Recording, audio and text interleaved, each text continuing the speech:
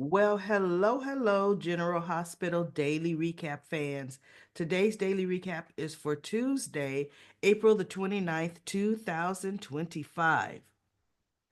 Well, what started out as kind of a boring sweets Tuesday for me ended up like, okay, let's talk about Drew. Drew got his freak on, okay? Freak on. Nina calls Jacinda to her office. Of course, she paid her half up front. And, Jacinda has her assignment. She's very confident, right? Nina gave her the ketamine. And Drew went to Portia and of course threatened her big time. See, I couldn't be blackmailed. I couldn't because I'm going to out myself before I ever let you put me in more trouble. Yeah, Portia did wrong. Portia needs to own up to it because, see, she held everybody else to high standards and as faced the medical review board. But period, because what Drew is going to have her do, she's going to lose everything anyway, and he's going to still tell. Blackmailers ultimately always pretty much still tell. Once they get everything they could get from you, squeeze every drop of blood, you're no good to them anymore, they tell. What's in it for them not to? So anyway, um, Nina calls Portia and tells her, okay, Jacinda has her assignment and she knows what to do. And I think it was Portia that told Nina, Drew is going to the Port Charles Grill because Drew, when he was threatening her, Tracy called. He picked up the phone and he goes, I'm surprised to hear from you.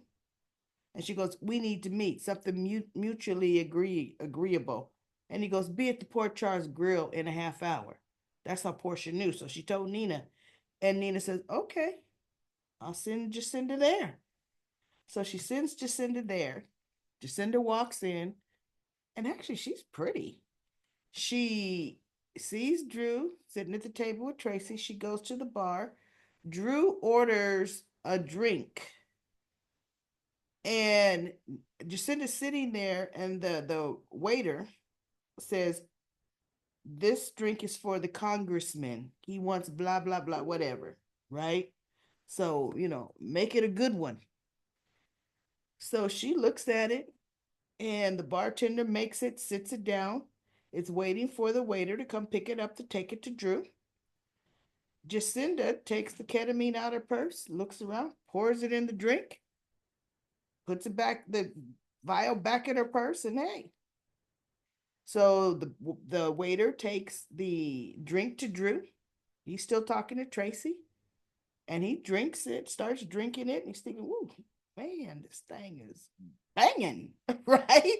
So Tracy wants to team up with him to run Sonny out of town. So of course Drew is interested in that. He goes, but I don't need you to do that. I've already got that covered. And Tracy says, yeah, but if we work together, we're unstoppable.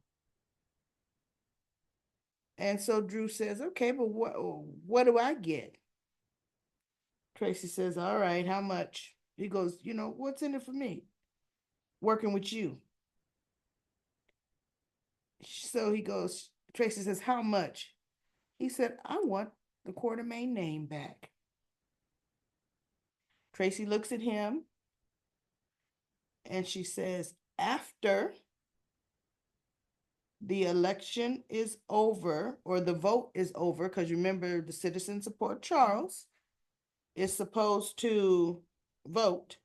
which is what Drew was trying to blackmail Portia to get Curtis to run just a week's worth of smear articles on Sunny in Aurora's outlets, all Aurora's outlets. And she says, I don't know how you think I can sway him to do that, right? Curtis is good friends with Laura Collins, and Laura Collins is good friends with Sonny. He goes, I don't care what you got to do, but you better do it because your marriage and your job and your freedom depends on it. That's what Drew told Portia. So anyway, um, Tracy looks at him and says, okay, you know what? Once we get the citizens to the vote comes in and the citizen votes our way, you got yourself a deal. And Drew says, yet you made sure you stripped me of that name. And she says, and now with you helping me rid this town and my family of Sonny Carithos, you are will be have you will have proven yourself worthy of the Quartermain name. And so she reaches her hand over and she shakes his hand. You got yourself a deal. And when Tracy did that, everybody, she lost my Tracy approval. Remember how I was saying I'm really liking Tracy? She's one of my favorite characters. She's not anymore. She's not anymore. Because I was with you on the fight against Drew, Tracy. I was with you. But to see how quickly you will give him that Quartermain name that's supposed to mean so much back for a personal vendetta for you, you lost all my Tracy brownie points. Mm-mm. I don't like Tracy anymore, y'all. Don't like her. Don't like her. So anyway, she goes, then she brings up how, yeah, she goes, but Drew says, okay, so I'll be good then. I'll be good for the family then. She says, yeah, not, never mind. You slept with your nephew's wife. You tried to destroy the family crypt. And Drew says, you know what? I think you need to quit while you ahead. And Tracy says, yeah, you probably right. So she gets up and she leaves. Jacinda comes over and said, is this seat taken? Can I sit here? And he looks at her and he goes, sure. And as she sits down, he takes another sip and he says, now tell me, what would make you want to sit down here with me? And she said, because you look like somebody that I want to know. And he said, well, really? She says, yeah. And he takes another sip and he goes, man, this is a strong drink. Whoa. And so she looks at him, she goes, this place here is a little dead. What say we get out of here? And Drew said, well, okay. Look, and I know just the place. And then he downs the rest of the drink. And then they end up showing up at the Savoy. He comes in. Now, mind you, Portia's at the Savoy at this point. She sees Curtis and Jordan were talking, finishing up talking. And they see Drew and Jacinda come in. And Drew is, woo! And Curtis says, oh, no, he ain't here. And Jordan is like, didn't you ban him from here? And Portia's looking. And Curtis goes, yes, I did. I don't know what he thinks he's doing. And Drew's got her at the bar, and he's, yeah, shots for everybody. And, his shirt's coming out. Oh, she just giggling at everything he does. And Curtis goes, I'm getting ready to put a stop to this. Now, mind you, Lulu is at the Savoy. She met Cody there. Okay. Uh, so she's talking to Cody. I fast forwarded absolutely everything. Okay. And everything that she talked to Cody about. And anyway, Lulu sees him acting a fool, right? and Cody says, "Look," oh, yeah. So Cody says, "Look, I knew I was right about that sleaze. He's such a slime ball." And Lulu says, "Look, he's about to give me the cover story on the banner tomorrow, front page." And Cody looked at her. He said, "Go get that girl."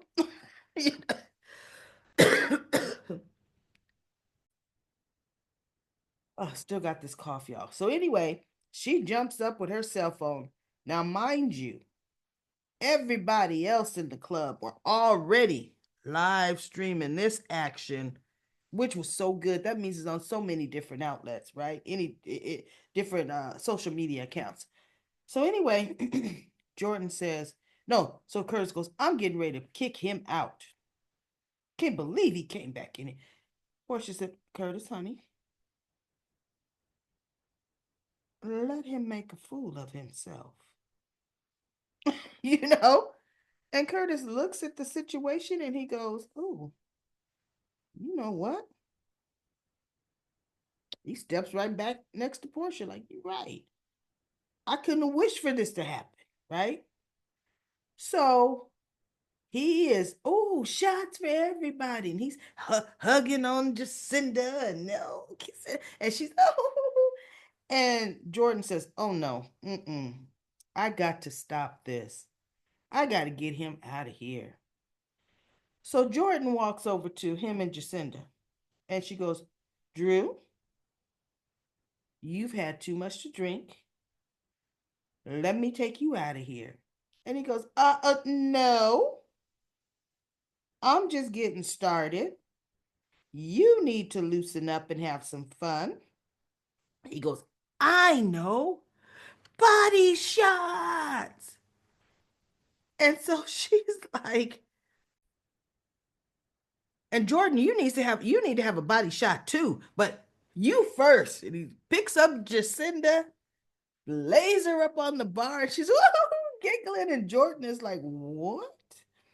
And Jocelyn and Lucas and Marco were against the wall, and Jocelyn's like, oh my God.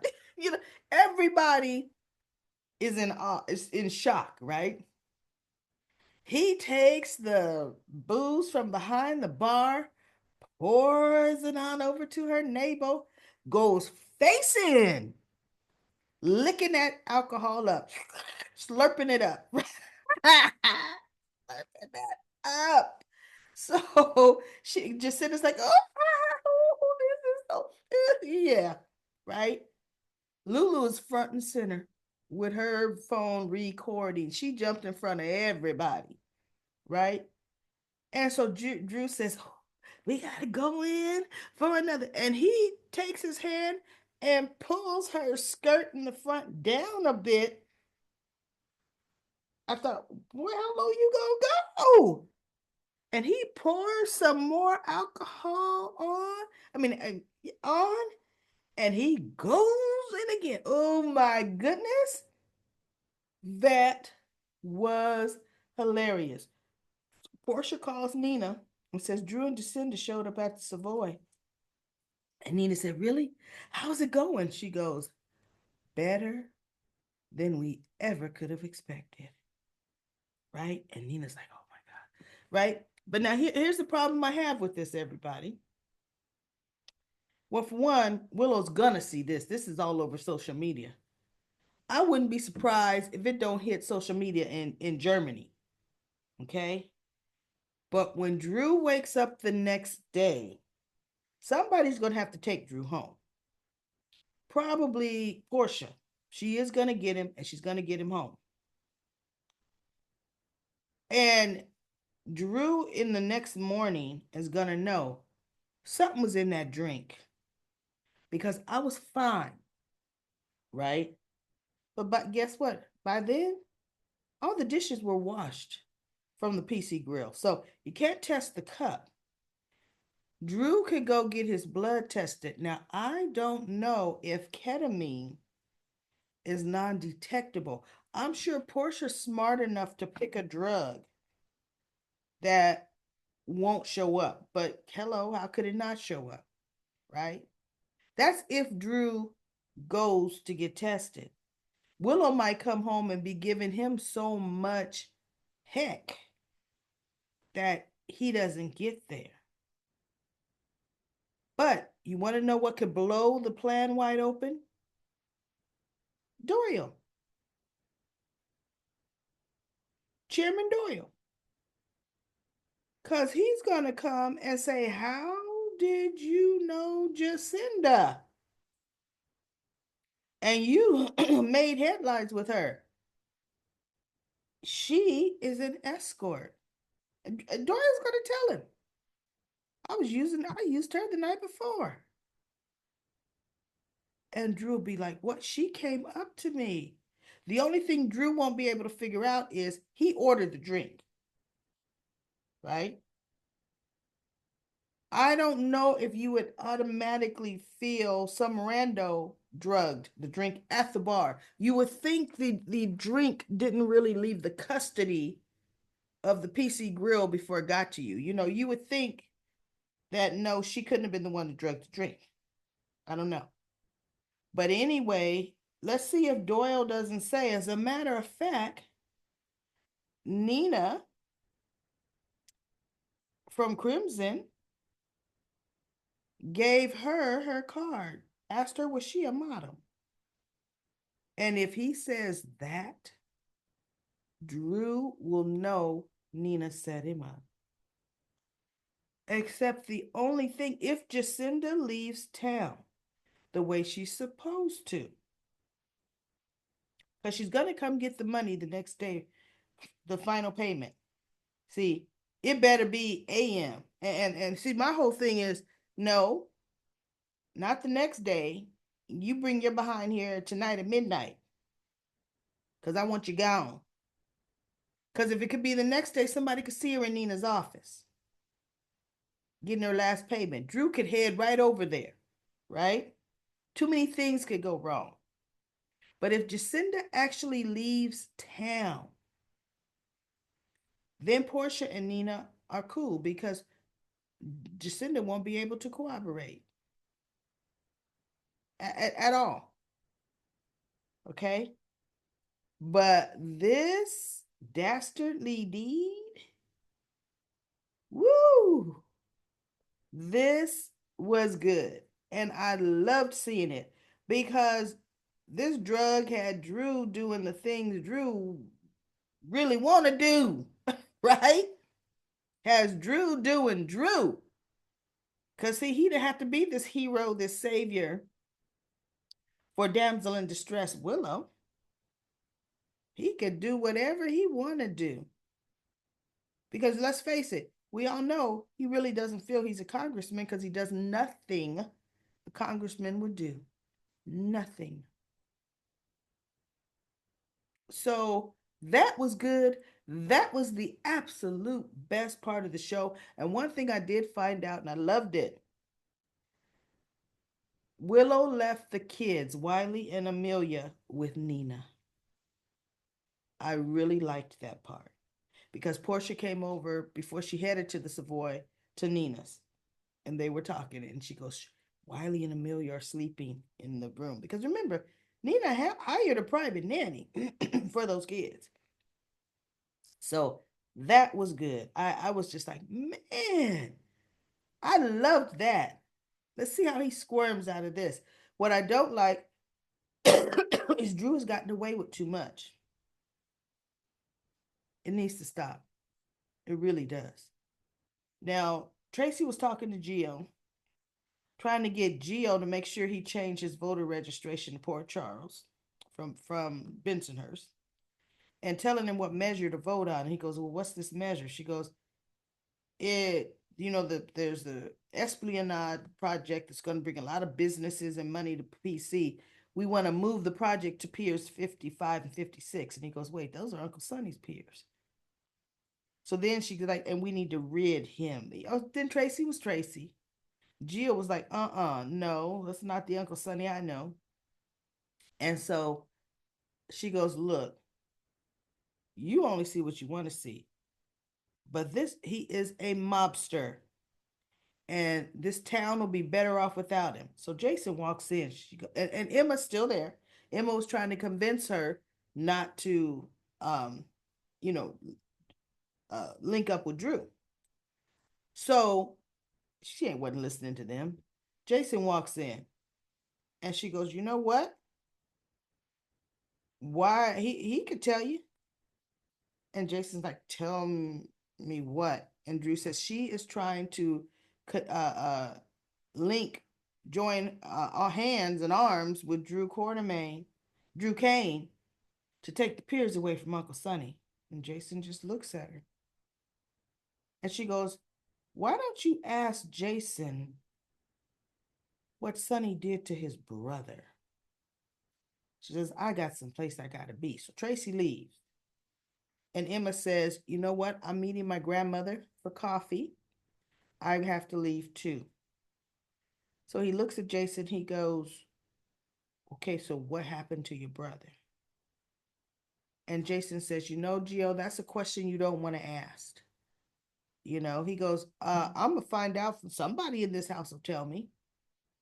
So Jason just looked at him. He goes, Sonny killed him. He was attacking Ava Jerome, and Sonny shot him. He goes, now the Quartermains believe another version of the story. And I think that was yet another time Sonny was in a manic state. He wasn't on his medication, right? He says, but I believe Sonny. And so Gio says, you weren't there though, right? And he goes, no, I wasn't there. He says, and neither were they. But they choose to believe the worst version of what could have happened versus believing Sonny's version of what really happened, right? So he goes, ultimately, Gio, look, Sonny would never want you to alienate yourself from the cues to, be loyal to him. He says, you have to make your own choices. He says, this was my family. And I definitely chose to believe Sonny's version of what happened. He says, my family still loves me. He says, because for one thing, I don't fight Sonny's battles with my family. That's up to Sonny. But my family doesn't tell me who I'm going to be loyal to and who I'm going to be friends with and who I consider family. He says, you are going to have to make that same choice. You are old enough now. But whatever choice you make it your choice. And Gio was just looking, right? Yeah, okay. So let's get back to Dalton. Anna, he wants her number. And before she left the Savoy, she wouldn't give it to him. Now Josh sits down, she tries to make a pitch, and he is like, no, you were behind, and I see you're a good student. I see you sitting in the front. You're turning in good work, but I don't want you to get your hopes up for the intern program because there's too many more qualified people than you. And he just tries to he goes, there are plenty other summer jobs out there, and you're a very smart girl. I'm sure you'll get something. And he leaves. So Jocelyn's kind of like, okay, I got to come at with another angle. So now Anna meets with Emma, and she tells Emma, Yeah, my plans at the Savoy got cut short. So, I thought this is a great time to have coffee with my granddaughter and talk. And I'm thinking, y'all having coffee at 10 o'clock, 11 o'clock at night? Wow. you know, that's late for some caffeine, but Anna was the only one drinking coffee. And so she says, uh, I met a professor from new to PCU teaching. And Emma says, oh, you did really? She goes, yeah, his name was, a Professor Dalton. And Emma just looks at her. He teaches environmental studies. You're in that class, aren't you? She goes, yeah. She goes, hmm. And you know what else I didn't know? He taught at Berkeley, college in the South. Well, no, college in the South Bay. I don't know that. I know Cameron's at Berkeley. I don't know that Emma went to Berkeley, right? At the same college you went to in the South Bay. And she goes, oh, no. First she goes, a professor of yours. And she goes, really? My Professor Dalton was at the Savoy. Now, Emma knows doggone well Dalton was at the Savoy. She was talking to him.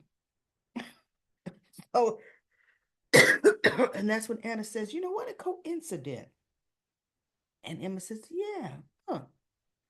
She says, but then again, I don't believe in coincidence, especially, you know, it's two coincidences. You were at the same school together in California. He travels here. You guys arrive in Port Charles about the same time. And she goes, oh, well, I guess it is a coincidence. She goes, and you got in his class. She says, well, I didn't know of Professor Dalton in California, but his class was always so I could never get in his class.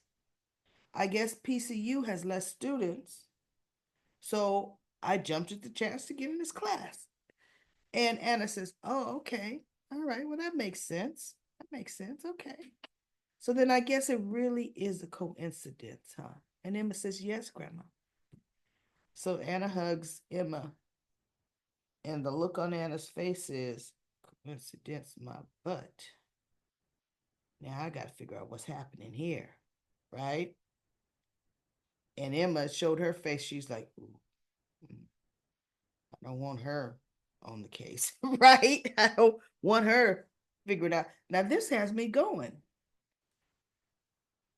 Emma was chasing Dalton, or was Dalton chasing her to PC? I don't know who arrived first. But here's the thing, Emma and Dalton, the way they talk, he didn't know her in California. They were never in the same, she never had his class, but he must know of her activities. See, there was a conspiracy theories in Comment Corner that Emma's WSB too. That would be interesting if she was WSB LA division, right? Because remember, Brick brought up, I called WSB LA division to get rid of the body, and he shows up, right? That would be interesting. That Emma could be working undercover too. Hmm. I don't know. I don't know what's going on with that. So anyway, Sidwell and Lucy were talking at Metro Court. Fast forward. Marco and Lucas were at the Metro Court talking. Fast forward. So anybody in Comment Corner want to talk about all that, you feel free, because I choose not to. And that's about it for me. The best part was right there with Drew just getting his freak on. Okay, go ahead, Drew, go ahead. So let's see how it handles and let's see if this backfires on Nina and Portia. But see, here's the thing. It shouldn't, right? Because how long was Nina able to keep the secret that she was the one that dimed on Carly and Drew with the insider trading? She kept that secret. That thing didn't come uncovered for over a year. So I'll be pissed if this comes unravels in front of her and Portia's face.